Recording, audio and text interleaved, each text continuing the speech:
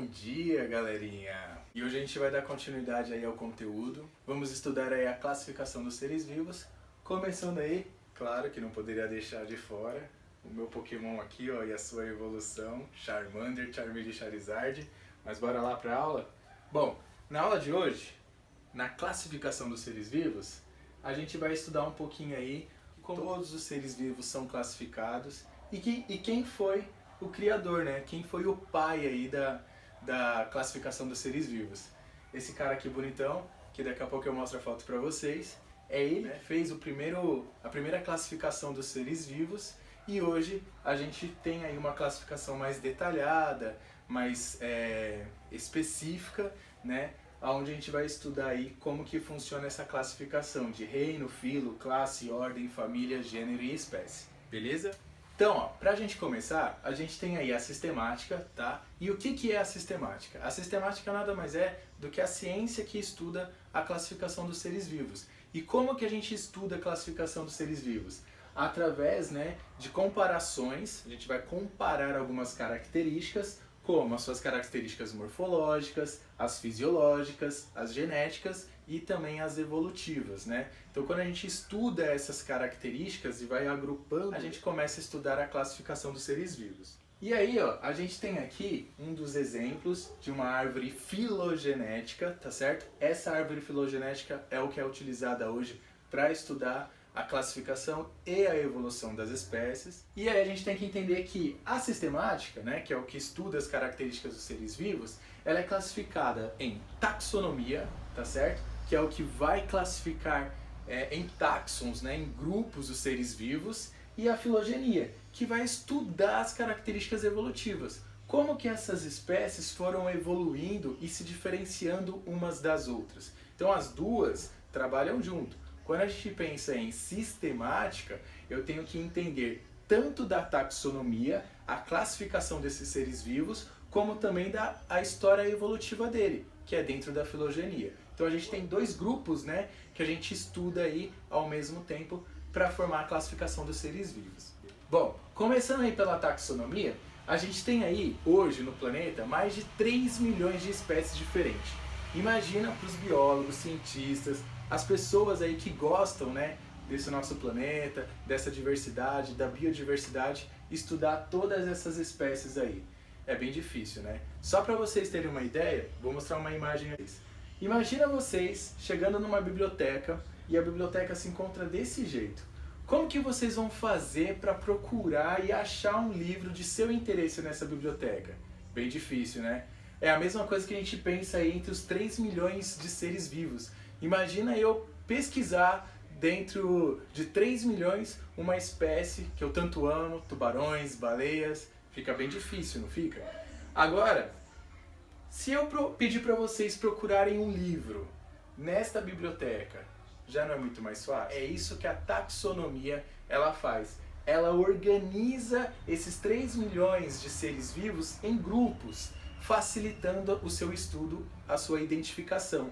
E é isso que a gente faz na classificação dos seres vivos dentro da taxonomia. Pego todos esses livros que estão bagunçados e classifico ele por seções. Eu tenho aqui a de suspense, a de romance, a de drama. Se eu peço para você pegar um livro, pega lá um livro para mim de biologia. É claro que você vai já direto na parte de ciências da natureza. É muito mais fácil de você localizar um livro de biologia dentro dessa área do que você ter que procurar nessa bagunça. É exatamente isso que a taxonomia faz. Pega os 3 milhões de seres vivos e classifica em grupos para facilitar o estudo deles. Bom, aí falando sobre a taxonomia, a gente tem que voltar um pouquinho lá atrás, vamos voltar um pouco no tempo, né? Vamos estudar aí um pouco a história da classificação dos seres vivos. Quem criou esse primeiro sistema foi nada mais do que Carl von Linné, ou muitos aqui, né, chamam ele de Linneu. Carl von Linné, em 1736, ele que criou esse sistema de classificação, só que naquela época o sistema de classificação criado por Carl von Linné era bem simples. Era algo como separar o que era planta de animais e minerais. Minerais é ser vivo? Não, né? Mas naquela época foi a forma como ele encontrou. Pensa, em 1736 não tinha tanta tecnologia, as pessoas estavam começando a entender como que funcionavam as coisas. Então esse cara aí fez a primeira separação entre plantas, animais e minerais. Beleza? E quem é esse aí? Quem é esse Carl von Linné? Olha só, esse cara lindão aqui, ó, olha o cabelo dele na moda. Tá na moda, fala sério, olha essa roupa. Certo? Linné, ou Linneu, foi o cara que criou aí a primeira classificação. Claro, entre 3 grupos, minerais, plantas e animais. E a partir desse estudo dele, de separação entre 3 grupos, que a gente pôde se aprofundar melhor. Aí, ó, Robert Harding Whittaker. Esse cara aqui, ó, em 1969, pegou o estudo de Linneu, tá? E aí falou, bom, ele colocou lá entre minerais, plantas e animais, eu vou dar uma refinada melhor aí nessa classificação. E ele criou 5 grandes reinos que a gente conhece hoje, estuda dentro da biologia, também chamados de táxons, beleza? Então quando eu falo de táxons, é a mesma coisa de eu falar de reinos, que é o grupo que ele criou aí. E quais são esses grupos? A gente já estudou. Primeiro grupo aí que a gente viu foi o reino Monera, tá certo? Dentro do reino Monera a gente encontra quem? As bactérias, que são seres unicelulares, procariontes, ou seja, possuem uma única célula, células procarióticas sem núcleo organizado, e as bactérias podem ser autótrofas ou heterótrofas, beleza? Reino Monera. O segundo reino que a gente estudou foi o reino protista. Dentro do reino protista nós temos os protozoários e as algas, e elas podem ser uni- ou pluricelulares, eucariontes, aí já possui uma célula eucariótica, beleza? E alguns são autótrofos e outros heterótrofos, fechou? Terceiro grupo, nós temos o reino fungi, e os fungos eles podem tanto ser unicelulares como pluricelulares, são células eucarióticas também, porém não tem mais autótrofos aqui. Nesse grupo a gente vai ter somente heterótrofos, beleza? E aí a gente tem mais 2 grupos, que é o grupo do reino plantae ou metáfita, que é o reino das plantas, beleza? Que são seres pluricelulares, aqui a gente já não encontra mais organismos unicelulares, todos eles são pluricelulares, beleza? Eucariontes, células eucariótica vegetal, e a maioria são autótrofos. Por que a maioria? Professor, tem planta carnívora. Então, a planta carnívora consegue obter a energia além, né, de fazer a fotossíntese, ela consegue a obtenção de energia de outras maneiras, capturando alguns insetos, algumas espécies de seres vivos. Então, por isso que a maioria dos organismos do reino plantae são autótrofos, com algumas exceções. E por fim, o último reino que a gente conhece, que é o reino animalia ou metazoa, é onde nós nos encontramos, ou seja, todos os animais estão dentro desse reino, tá certo? Todos eles são pluricelulares, várias células, né? São eucariontes, possuem célula eucariótica animal e heterótrofos, beleza? Só um detalhe, esses são os 5 grandes reinos que a gente estuda hoje no ensino médio. Depois disso, depois de 1969, muitos outros reinos foram criados, mas para o estudo do ensino médio, vestibular, a gente foca nesses 5 grandes reinos. Fechou? E aqui, ó, tá uma árvorezinha representando a filogenia, né? Onde a gente tem o reino Monera, que são seres procariontes, os mais primitivos lá de trás, tá certo? Houve aí uma ramificação, a gente teve uma evolução, surgindo o reino protista, os protozoários.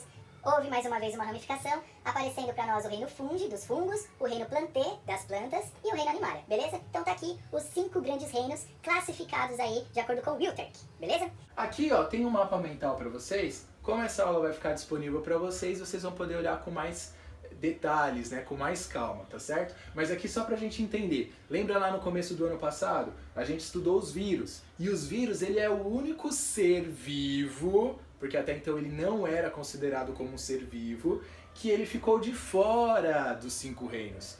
Por quê? Porque ele não possui célula, tá certo? E naquela época eles não acreditavam e nem confirmavam que os vírus eram seres vivos, tá certo? Então ele ficou de fora. Então, ó, Vírus, parasitas obrigatórios, eles são os únicos que não são formados por células, beleza? Aí a gente tem aqui os 5 grandes reinos. Reino Monera, a gente tem as bactérias ou as cianobactérias, as únicas algas presentes dentro do reino Monera, beleza? São células procarióticas, tá certo? E elas aqui, ó, são seres unicelulares, beleza? Já no reino protista, nós temos os protozoários e as algas, tá certo? São os protozoários unicelulares, porém as algas, né, elas podem ser multicelulares ou pluricelulares, beleza? E aí elas já possuem uma célula eucariótica. Reino fúngio, dos fungos. A gente tem aí os fungos, que são seres eucarióticos, tá certo? Alguns fungos podem ser unicelulares, ou então eles são pluricelulares, beleza? Reino plantê, das plantas. A gente tem as plantas eucarióticas, tá certo? E as plantas, por serem eucarióticas, elas são seres pluricelulares. E por fim, o reino animalia, dos animais, que são seres eucarióticos e também são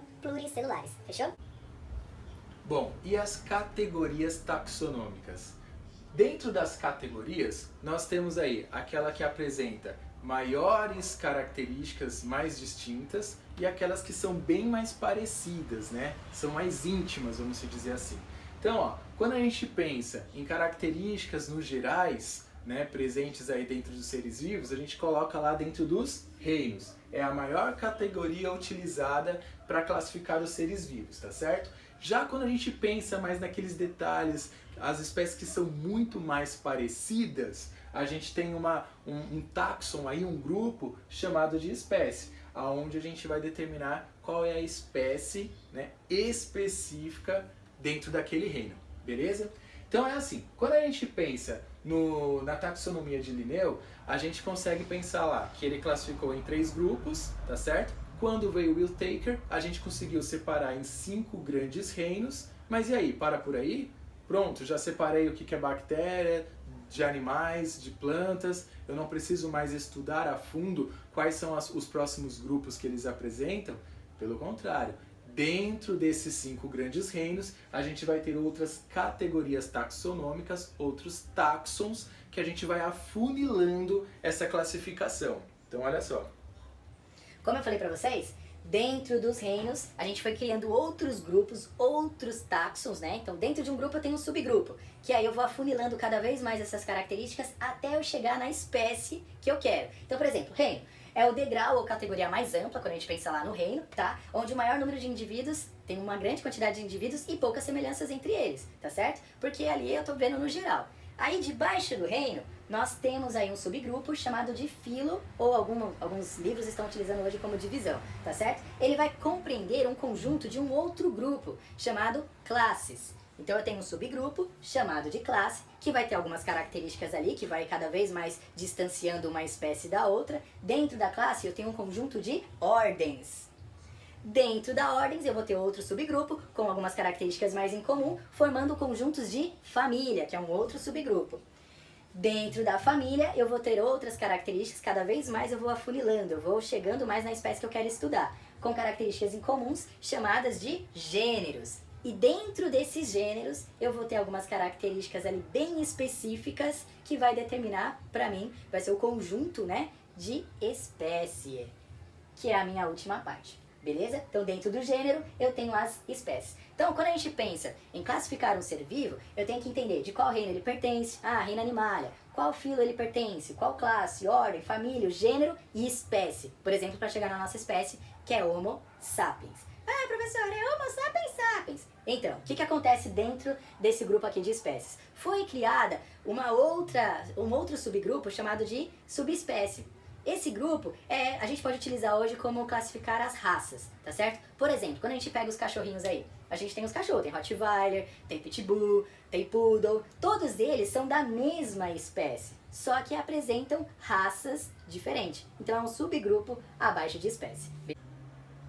Aí, ó, tem uma dica para vocês não esquecerem, porque isso cai muito em prova, qual é a ordem para classificar um ser vivo. Então a gente tem que lembrar que eu preciso saber o reino, o filo, a classe, a ordem, a família, o gênero e a espécie. Pô, professor, como que eu vou lembrar disso? É muita coisa, eu vou bagunçar a ordem. Então decora essa palavrinha mágica, repita ela 3 vezes para você não esquecer, e assim você vai conseguir lembrar da sequência de classificação dos seres vivos. A palavra mágica é reficofagem. Pô, professor, aí você pegou, hein? Que palavra é essa? É uma palavra estranha. Por isso mesmo que você tem que decorar, por ser estranha. Fala 3 vezes. Reficofagem, reficofagem, reficofagem.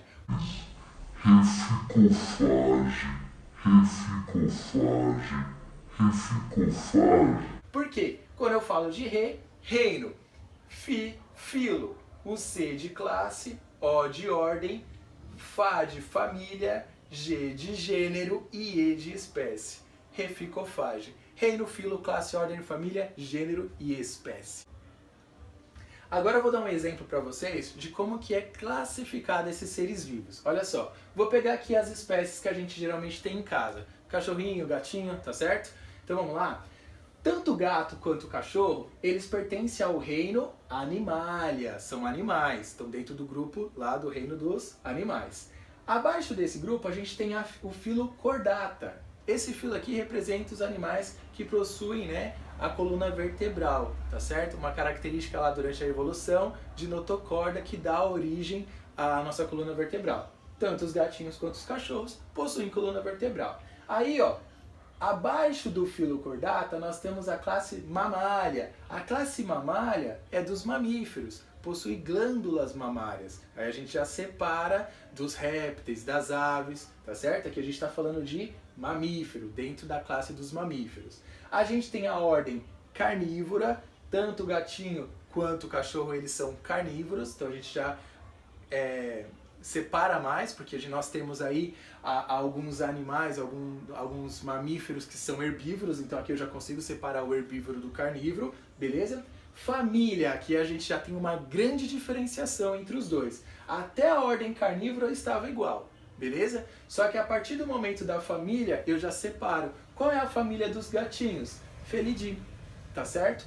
Qual é a família dos cachorros? Canidae, tá certo? Aqui a gente já tem uma separação entre gatos e cachorros. Aí vem o gênero. Qual é o gênero responsável aí pelas espécies dos gatos? Felix. E qual é o gênero dos cachorros?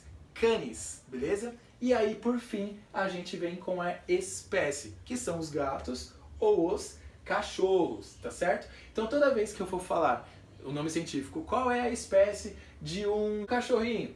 Canis familiares. Dentro do Canis familiares, eu tenho todos os cachorros que podem ter as suas raças e aí a gente vai separando ele por raça, beleza? Então, toda vez que eu falar de Felix, quando eu estou falando de espécie, ó, Felix silvestre, Felix manu, Felix lynx, esse segundo nome aqui que está mudando é justamente as raças que eles apresentam, tá certo? A mesma coisa dessa classificação aqui, tanto de gato para cachorro, vale para nossa espécie também, assim como para todas as outras. Aí, galera, o que aconteceu? A gente estuda aí os 5 grandes reinos, que a gente já viu, tá certo? Em 1960 foi criado domínios. Como assim domínios? O cara pegou lá para estudar, o cientista estava estudando e falou, pô, a gente tem aí as bactérias que apresentam cada vez mais características diferentes umas das outras e elas possuem apenas um grupo para elas, que é o reino Monera, enquanto todos os outros organismos eucariontes têm 4 grupos, protista, fungi, animalia e plantê. Né? Como assim? Tá meio que injusto isso, sendo que bactérias existem diversos tipos de bactérias e elas têm características muito diferentes umas das outras. Então aí, a partir desse momento, quando começaram a estudar os seres vivos que estavam dentro de cada reino, eles viram que o reino Monera tinha muitas bactérias ali para ser estudada dentro de um único reino. E aí foi decidido criar os domínios. E para isso eles criaram 3 grandes domínios. Então olha só, nós temos aqui os 3 grandes domínios. O domínio da Archaea são justamente as bactérias mais primitivas, aquelas mais antigas, ou até mesmo as bactérias que vivem em ambientes mais inóspitos, beleza? Então ele separou as bactérias mais antigas, mais primitivas, colocou num domínio chamado de Archaea. Já no caso das eubactérias, ou seja, as bactérias verdadeiras ou as bactérias mais comuns que a gente encontra hoje no dia a dia, ele colocou dentro desse outro domínio, chamado domínio de eubactérias, beleza? E todos os organismos eucariontes ficou dentro desse outro domínio chamado de eucária, beleza? Então, ó, Archaea são os organismos de bactérias mais primitivas, eubactérias são todas as outras bactérias comuns que nós conhecemos, e eucária são todos os organismos eucariontes. Então beleza, já entendemos como que funciona o sistema de classificação dos seres vivos, agora a gente precisa entender e o nome? Como que a gente dá o nome de uma espécie? E aí nós temos um sistema de nomenclatura, que deve ser padronizado e universal para todos, para não ter a confusão de nome entre as espécies, tá certo? Então olha só, o sistema de nomenclatura, ele começou a partir de 1991, tá certo? Todos os nomes das espécies de seres vivos devem ser escritos em latim. Por que latim? Porque latim é uma língua morta. Imagina aí o português, que a cada de tempos em tempos tem uma reforma ortográfica, muda-se a forma de se escrever, tira acento, coloca acento, separa. É uma loucura, não é? Imagina se toda vez que a gente descreve uma espécie, a língua ela sofre uma mudança e aí as pessoas vão ficar perdidas em relação ao nome porque era de um jeito e hoje não é mais. Então é por isso que é utilizado o latim para descrever uma espécie. Em qualquer lugar do mundo tem que ser descrito em latim porque é uma língua morta e aí vai ser a mesma palavra utilizada aqui no Brasil, vai ser utilizada no Japão, para o mundo inteiro, beleza?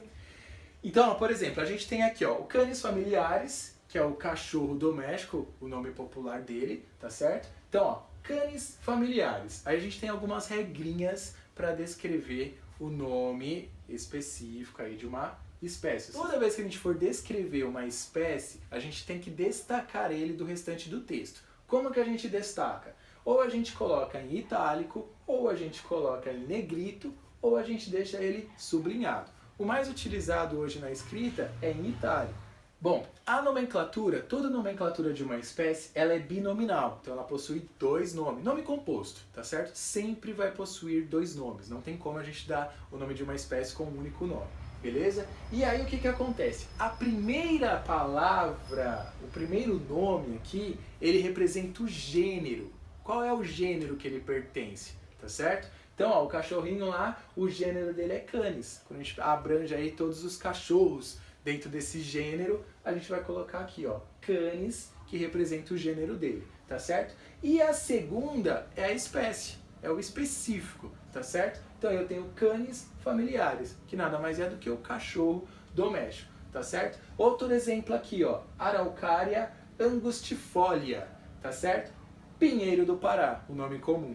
Então, Araucária são todos os pinheiros, mas a específica do Paraná é angustifolia, tá certo? Então, Araucária angustifolia é o pinheiro do Paraná. Ó, o nome do gênero é um substantivo que deve ser escrito sempre com a letra maiúscula. Então, sempre a primeira palavra, o primeiro nome, ele vem acompanhado de uma letra maiúscula, porém o segundo, que é a espécie, tem que ser em minúsculo.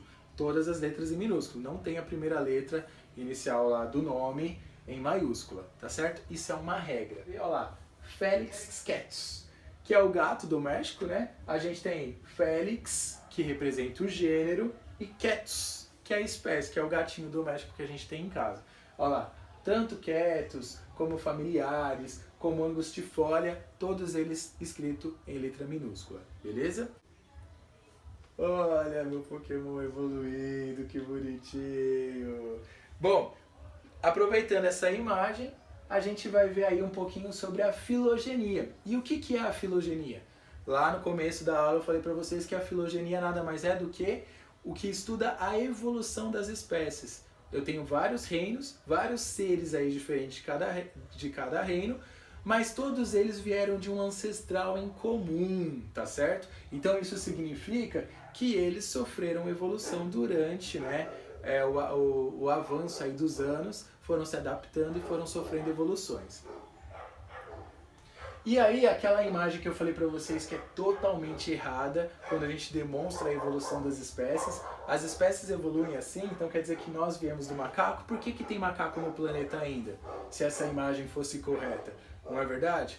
Então aqui, ó, essa é a forma da gente apresentar a evolução das espécies através de uma árvore filogenética.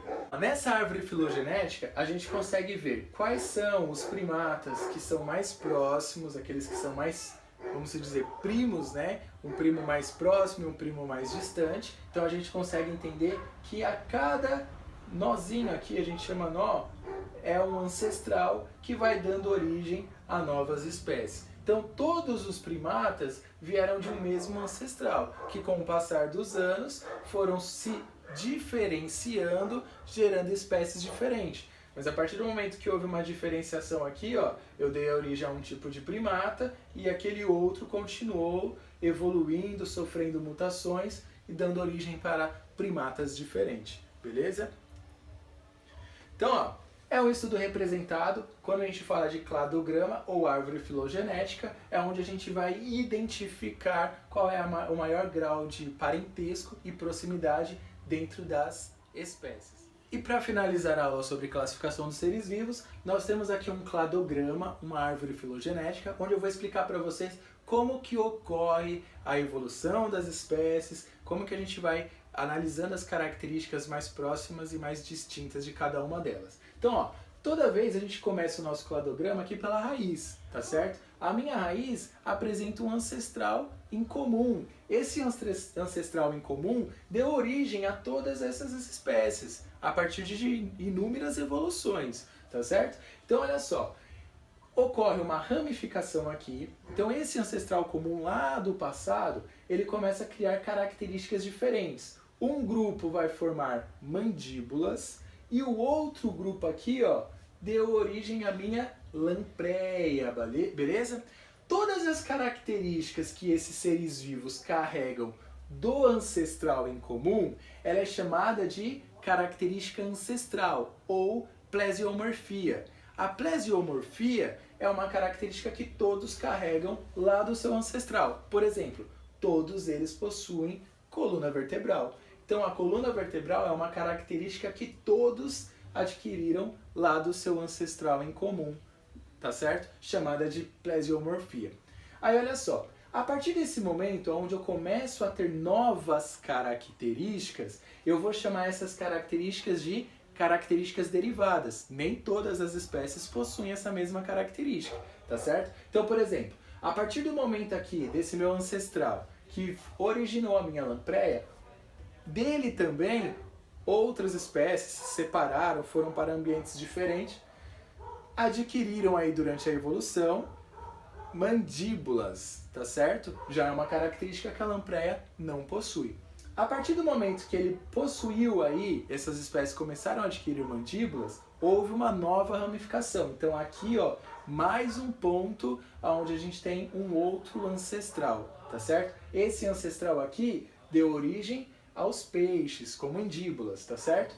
Já os outros conseguiram uma nova característica, né? Através de evoluções, eles adquiriram pulmões, tá certo? Diferente lá dos peixes e da lampreia, que não tem pulmões. Aí, mais uma vez, chegou aqui esse ancestral, outra ramificação.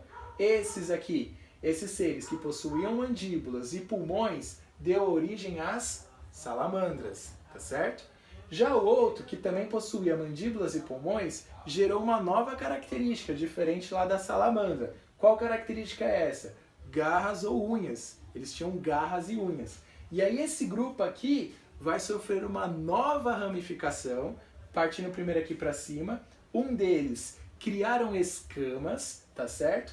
E aí a partir do momento que eles criaram escamas, deram origem aos lagartos, tá certo? E outros criaram moela, dando origem a outras duas espécies. Olha só, crocodilo. Crocodilo também tem escamas, também tem garras, tem pulmão, tem mandíbula, mas ele possui moela. E o outro grupo aqui, ó, olha o parentesco mais próximo do crocodilo. Quem é o parente mais próximo dos répteis? As aves. Por isso que tem aquela brincadeira lá, que não é mentira, que é verdade mesmo, que hoje o nosso Tiranossauro Rex nada mais é do que uma galinha. É a evolução, é o parente mais próximo aí dos dinossauros, tá certo? Então, ó, aqueles que possuíam moela geraram penas, dando origem às aves. Volta lá. Aqueles que não criaram escamas, criaram pelos durante a evolução, na separação, adaptação ao meio, começaram a ter mutações e geraram pelos e glândulas mamárias. E aí, a partir daqui, houve uma nova origem, um novo ancestral. Alguns apresentaram dentes incisivos. O que é isso? Eles crescem constantemente, nunca para de crescer os dentes. E quem que tem esses dentes? Os camundongos. Por isso que eles têm que ficar comendo o tempo todo, roendo, que é para desgastar os dentes. E os outros que não possuem os dentes, né, incisivos crescendo constantemente, deu origem aos chimpanzés, aos primatas. Deu para entender? Aqui a gente consegue visualizar que o chimpanzé ele tem um grau de parentesco mais longe, mais distante da lampreia. Porém, o grau de parentesco do chimpanzé é muito mais próximo do camundongo. Então a gente sabe que quanto mais próximo na árvore filogenética, mais próximo é o seu grau de parentesco. E quanto mais longe, mais distantes são esses primos. Deu para entender? Beleza? Dúvidas sobre classificação dos seres vivos? É só me escrever lá no site, me procura, manda mensagem que a gente esclarece as dúvidas. Beleza, galera? Obrigado aí mais uma vez. Tô morrendo de saudade e que as nossas próximas aulas sejam na sala de aula, né? E não assim na tela da televisão. Beleza? Tchau, galera. Tchau!